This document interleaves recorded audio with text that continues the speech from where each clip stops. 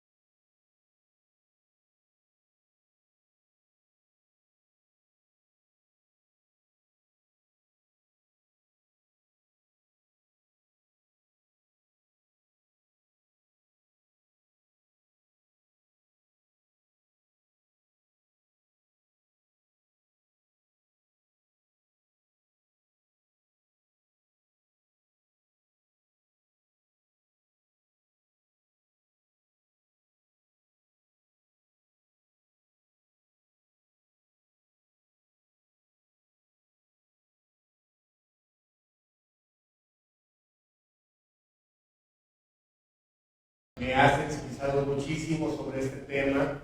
Habíamos estado platicando de otros, pero sobre este en particular, pues me ha abierto la mirada a estas situaciones.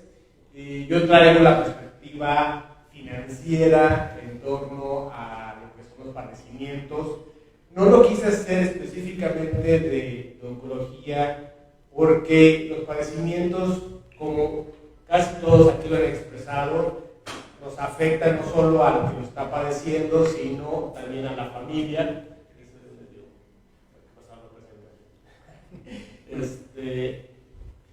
Y creo que puedo brindar algunas opiniones o algunas ideas de cómo organizarnos en torno a lo que es esto. Aún así, pues veo que coincido mucho con todos los colegas en esta mesa y gracias por compartir su conocimiento. Me da mucho gusto, bueno, también aquí el colega que está al fondo ahora, que es un tema multidimensional, el tema de la oncología y más en la parte infantil y juvenil, como muchos otros padecimientos.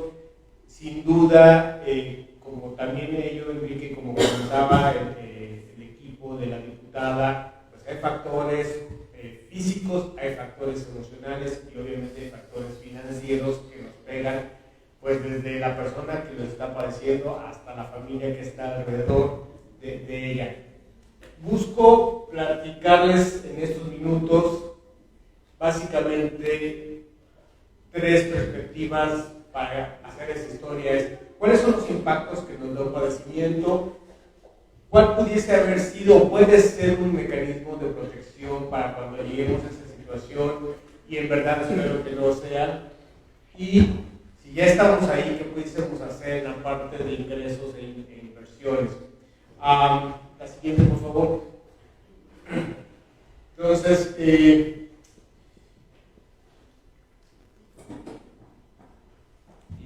bueno, también quiero comentar que a quienes han estado en esa situación de padecimientos o están, pues les mando un abrazo fraterno muy amplio. Yo sé que son situaciones muy complicadas y que pues espero que se resuelvan pronto de la mejor manera posible.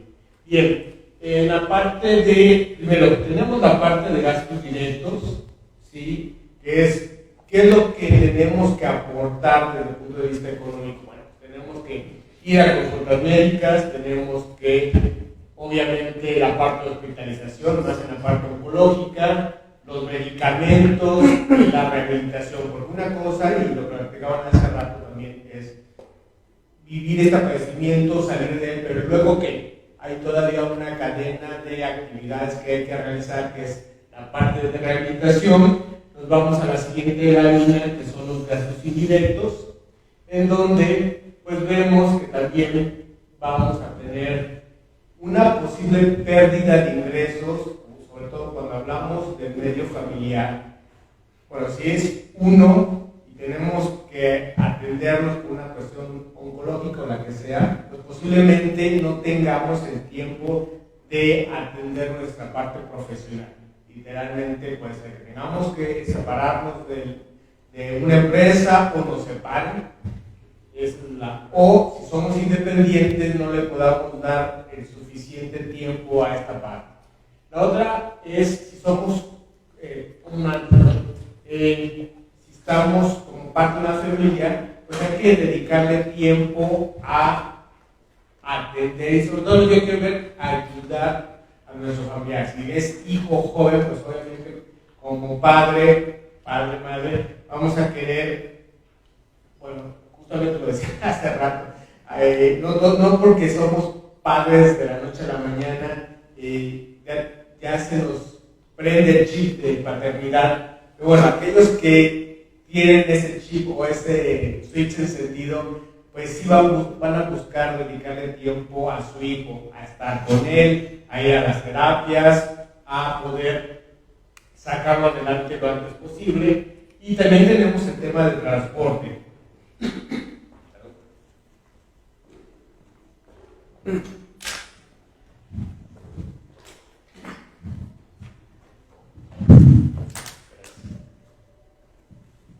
Por eso lo puse como gastos indirectos, porque son parte de la rehabilitación o de cómo atender la enfermedad, pero no necesariamente lo estamos viendo en el día a día.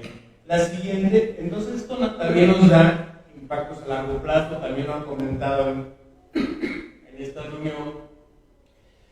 Pudiese ser que tengamos un crecimiento de deudas.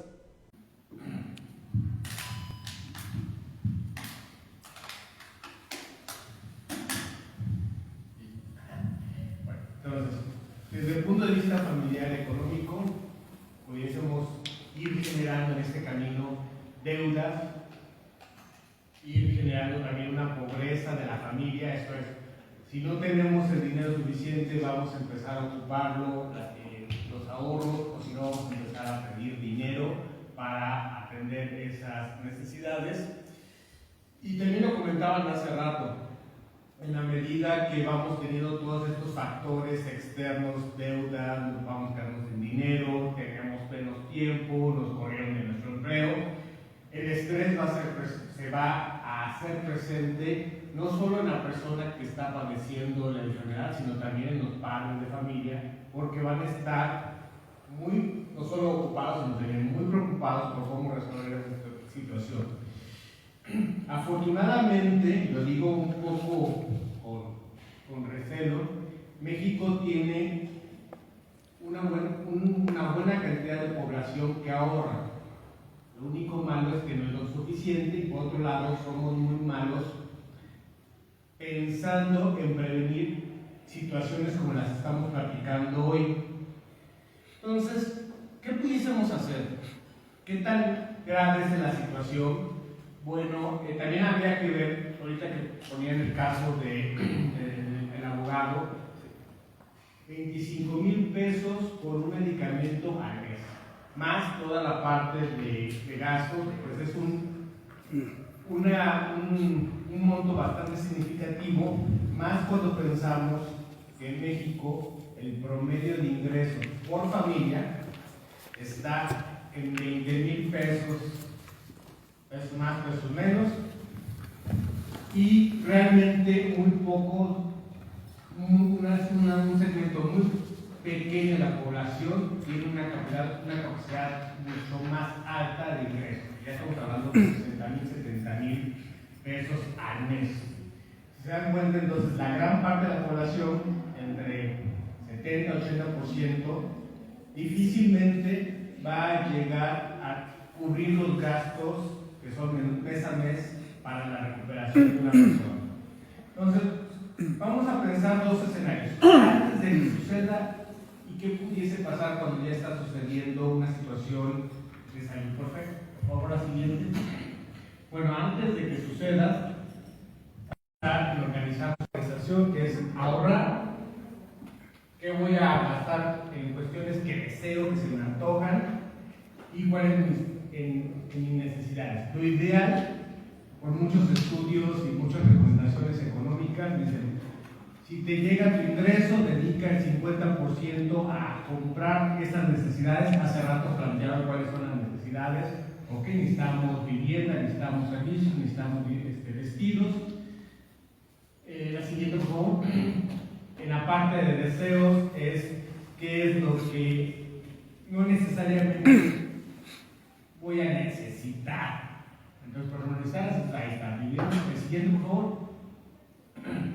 Entonces, es, digamos, los antojos, por decirlo así, donde yo quisiera, bueno, salir con los cuates o a lo mejor de repente sí irme a unas vacaciones con mi familia, pero bueno, eso debería ser dentro de un 30% de nuestros ingresos. Y la siguiente, por favor, son los ahorros. Yo decía, en México, afortunadamente, la mayoría de la población ahorramos, y por cierto que las mujeres son más ahorradoras que los hombres, pero ahorramos de forma muy raquítica. Lo ideal debería ser que destinemos el 20% de nuestros ingresos y después, no es demasiado. Bueno, primero que nada, la sugerencia es, nos llega nuestro ingreso, el que quieran, ya sea por un empleo formal o alguna actividad que realicemos, y es separar ese 20% antes que todo. Lo ideal, separar en un lugar que ni siquiera lo veamos, en el banco, otra cuenta por separado, para que emocionalmente no contemos con ese ingreso, y el resto ahora sí decir, ok, de aquí tomo para mis necesidades y aquí otro tanto para mis deseos. No se trata de irlos a gastar en ese momento, sino más bien tener nuestro apartadito para poder irlo utilizando cuando lo vayamos a necesitar. Así es como deberíamos ir trabajando mes a mes. Después de la siguiente, por favor. La siguiente parte, cuando ya contamos con un ahorro, si se acuerdan, la siguiente lámina hablaba de una cierta cantidad, hablaba de 6 veces lo que habitualmente ganamos al mes. ¿Por qué? Porque también hay muchos estudios económicos y sobre todo de movilidad laboral que dicen que cuando una persona cambia de trabajo o es separada de su trabajo, se separa de su trabajo, te va a llevar de 3 a 6 meses encontrar uno nuevo. Ya me dirán si sí o si no, pero bueno, lo ideal es tener esta cantidad como una especie de protección para que si llegara una eventualidad, ahí tenemos esta situación. La otra, por favor, siguiente, es hay que pensar los diferentes tipos de protección. Somos muy buenos para ahorrar los mexicanos, pero nos encanta ponerlos en el colchón. En el colchón, lo malo del dinero es que se queda dormido y cuando se despierta ya no vale lo mismo que valía hace un año simplemente. Lo ideal es pensar en dos situaciones. Uno son, hay seguros de gastos médicos mayores, seguros médicos, seguros de vida, en donde estos seguros buscan que si llegara una eventualidad de salud, pudiésemos hacer uso de una cierta cantidad de dinero, aunque no la tengamos. Eso es una parte bien interesante que no vemos en los seguros. Siempre pensamos que son un gasto innecesario. No, ¿cómo voy a estar dando esta parte? Lo interesante es, y no como verán, que no es fácil, pero ¿qué va a pasar? Es, si me voy a ir a un ejemplo no tan grave como un tema oncológico, pero si me rompo un brazo, o si me rompo un pie, y no tengo en este momento, ¿qué les gusta? 10,000 pesos para ir al traumatólogo, que me tomen la radiografía, etcétera, etcétera, etcétera. Con mi seguro de gastos médicos, yo puedo pedir que paguen ese gasto. no lo tengo yo, no es que sea dinero que me están regalando, es una especie de inversión que yo le estoy dando a una compañía de seguros. Ahí sí, por ejemplo, en México tenemos mucho que hacer, menos del 4% de la población invertimos en seguros, y por eso cuando vienen situaciones graves es que caemos en deudas, caemos en pobreza y en mucho estrés. ¿Qué tan grave es la situación? Ahorita ninguno de los compañeros lo comentó, pero justamente a estas estadísticas investigué que el gasto promedio mínimo de un tema oncológico parte de los 80,000 pesos al año. De ahí hasta 400,000 al año.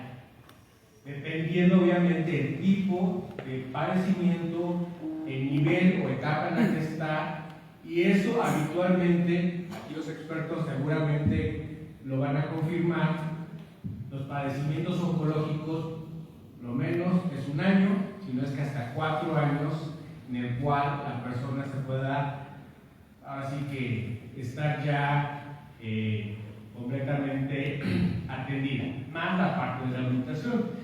En otras palabras, es mucho dinero que, aunque ahorremos muy bien y seamos muy prevenidos en la parte de ahorro, va a ser muy complicado que tengamos los fondos suficientes para un momento de eventualidad. Si podemos lograrlo, perfecto. Si no sucede, mejor aún por la familia. ¿Y qué vamos a hacer con ese dinero? Bueno, pues podemos mejor comprar una casa, irnos de viaje y vamos a disfrutar. Pero si llegara una situación, pues siempre vamos a tener esta posibilidad. Están los seguros y hay también los fondos de emergencia. Nuevamente, aquí se recomienda tener un fondo de emergencia líquido, esto es en dinero constante y sonante, que sea al menos 3 veces lo que habitualmente ganamos en nuestro mes a mes. ¿Cuál es la diferencia? Son básicamente, se pueden sumar si la idea es que tengamos un fondo efectivo en algún banco, si quieren, por cualquier cosa, y dos, algún seguro que nos pudiese aportar algo adicional. En la siguiente les quiero contar rápidamente que qué hacer con esos fondos de emergencia. Ya les decía, no los guardemos en el colchón, incluso en el banco es un tema un poco riesgoso porque el dinero no crece. Lo ideal es usar fondos de inversión o fondos de ahorro en donde realmente nos den un pequeño interés, o ya no es demasiado. Aquí les doy básicamente 2 consejos. Uno es, inviertan que cuando ustedes hagan esa inversión realmente les vaya a dar utilidades. Por desgracia hay muchas inversiones que no nos dan utilidades y entonces es como dejarlo en el colchón. La otra es, inviertan principalmente en instrumentos financieros, aquí faltó la palabra serios, porque hay muchos que dicen, no, sí, mira, yo te doy el 50% de tus 100 pesos que metas conmigo y en un mes tendrás 150 y así.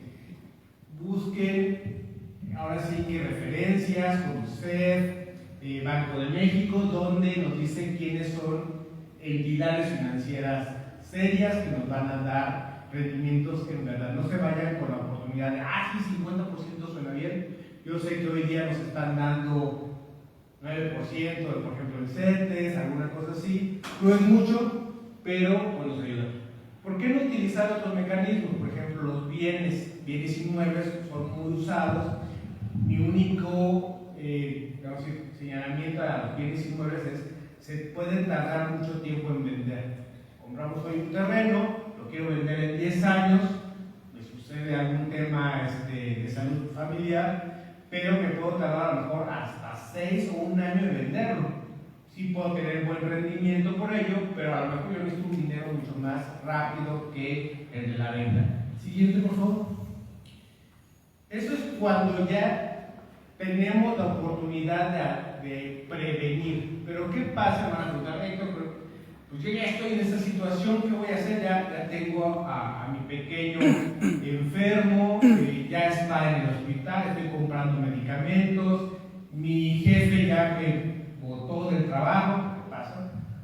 Y la otra, también mi esposa, hoy día, afortunadamente creo, y regresando al tema de roles de género, ya estamos cambiando esa parte. Hoy día muchas mujeres laboran profesionalmente por gusto, porque quieren hacerlo y porque lo pueden hacer. Me parece fabuloso. Desgraciadamente también los niveles de vida han cambiado hace 50 años y en una familia ambas personas, mamá y papá, deben de trabajar para tener un mejor ingreso. No es tampoco una novedad seguramente, pero cuando viene entonces una situación oncológica específicamente o cualquier otro, pues sí, como decían, pues hay que acompañar al familiar a sus quimios, a sus revisiones. No es de, como hace rato decíamos, llegamos, a los 5 minutos nos pasan y en 5 minutos salimos y ya estamos en casa. No, es dedicarle todo el día, porque hay que llegar, hacer la cita, llegar, que nos den turno, 3 horas después, a lo mejor pasamos. Generalmente son, ahora sí que se lleva de media hora a 1 hora, dependiendo de cómo vaya ese procedimiento. No es que salgamos de ahí caminando a casa y llegamos, sino que también hay una parte de transportación. A lo que voy es todo el día.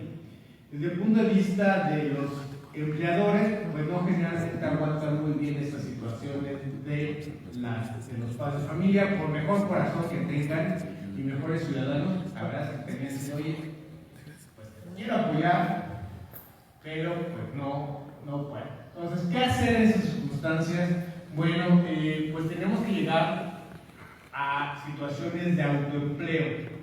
Y no está mal, yo creo que hay que crear una nueva conciencia y una visión de lo que es el autoempleo, no como algo malo, sino como algo que nos ayude también a crecer, no solo como personas, sino en la parte económica. Lo ideal es no empezar a pensar en decir, voy a poner una oficina y voy a rentar. Desde casa tenemos ya de entrada un lugar que puede ser un lugar de trabajo. Recuerden la pandemia, ¿cuántos no hacían videoconferencias desde el cuarto de sus hijos y se veían en el tiradero de los hijos? Era sensacional. De repente se atravesaba el perro y mientras no se levantaran para que se dejaban mechones, perfecto. Pero mientras tanto, funcionaba. Puede volver a funcionar cuando estamos en esas situaciones, porque cuando estamos en esa situación tenemos que actuar rápido. Entonces, desde casa está muy bien, vamos a emplearnos. Recomendaciones. Yo sé que puede ser, no, pues mire, yo soy carpintero y soy muy bueno, yo soy tejedor y soy muy bueno, yo hago mezcal, yo hago cerveza, perfecto. No desmerito esas artes, hay que hacerlas. Por la otra parte, que es importante, es que hay que salir a vender todo eso. Si yo hago cerveza, ustedes hacen mezcal, que ahora está muy de moda, o tejen, o hay que salirse a vender y hay que llegar y decir, oye, ¿qué necesitas? ¿Qué quieres? ¿Qué te hago? ¿Cómo te ayudo? Es un tema también que las escuelas no están enseñando, entre muchas otras cosas, que es a vendernos, pero yo les recomiendo que está muy bien, ¿no? Que voy a hacer pastelillos, perfecto. Tomen cursos de ventas básicos. ¿Por qué? Porque les va a dar mucha idea de cómo deben llegar con sus clientes, de cómo buscar productos que les gusten a sus clientes y sobre todo que les dé utilidades. Y aquí, esa es la clave del asunto. No vendan porque pues yo estoy en el hospital, voy a vender dulcecitos. Primero que nada, tachen. ¿Cómo estamos tratando oncología y estamos vendiendo dulces que provocan cáncer? No deberíamos hacer eso. Pero 2, dudo mucho que vender dulcecitos nos dé lo suficiente para pagar la cuenta médica. Debemos buscar justamente que la utilidad sea buena. Hay muchas empresas que, por ejemplo, de cosméticos, que son muy buenas en la parte de utilidades. Tengan mucho cuidado con escoger ese tipo de empresas que tienen productos que parecieran buenos. Sobre todo que no los embarquen a comprar miles de pesos que en ese momento no tienen el producto y que luego tienen que vender. Busquen, hay muy buenas opciones. Y si no, a lo mejor algunos son traductores en algún idioma, pueden vender sus servicios, pueden vender servicios a lo mejor a aquí veo que hay abogados, seguro muchos de ellos han estado en venta de sus servicios y que generalmente generan buenas utilidades y posiblemente puedan hacer, sobre todo en estos ratos que no tienen que cuidar a sus pacientitos. Porque lo que buscamos en esta lógica de padres responsables, tal vez sea el mejor término, es cuidar y con calidad a nuestros hijos, porque justamente es un momento de mucha emoción en donde ellos necesitan ese apapacho familiar, pero también obviamente tenemos que cuidar la otra parte de ingreso, pero también evitar estresarnos demasiado. Entonces, no hay balance fabuloso a que esto nos ayude, pero sí buscar esa parte que no esté tan jaloneada, sobre todo el estrés, que podamos brindarle tiempo de calidad a nuestra familia en estas situaciones, pero que también podamos traer ingresos suficientes para pagar las cuentas, que van a ser muchas, y evitar sobre todo usar tarjetas de crédito, endeudarnos a lo loco, o perder todo y generar demasiado estrés. ¿Vale? La siguiente, por favor. Entonces, como les decía al principio, mi idea era platicarles sobre los impactos que tiene la salud en general, qué se puede hacer antes de si llegáramos a esa situación. Si no se llega, idealmente, pues siempre es mucho mejor, pero como decían hace rato, a partir de que vamos envejeciendo y si vamos a llegar en la obsolescencia, nos van a saliendo muchos achaques, ¿no? Pero bueno, la parte oncológica es mucho más grave porque viene de la noche a la mañana, no porque no la esperemos, sino porque también no la previmos. Hablaban hace rato de los 2 litros de Coca-Cola, ¿cierto? No bebemos Coca-Cola, bebemos mejor agua natural, poca azúcar, eso nos va a ayudar mejor. Hagamos ejercicio, no somos un país muy enfocado a movernos, a caminar más. Entonces, esa parte, y si estamos ya en esa situación, pues busquemos cómo generar más ingresos, no caigamos en ingresos que sean así como centaveros, busquemos algo más. Vamos a estar en una situación muy, muy grave, de mucha urgencia, de pagar deudas y queremos salir por. Siguiente, por favor. Simplemente, ante todo esto, queremos agradecer a la organización Valdivia Méndez por esta invitación. En la idea lo que nos gusta es, nuestra visión es ayudar a crecer a las personas con conocimiento, y creo que esta oportunidad que nos brindó la organización se dio súper bien. Así que les agradecemos esta participación que nos brindaron, su atención, y muchas gracias. Muchas gracias.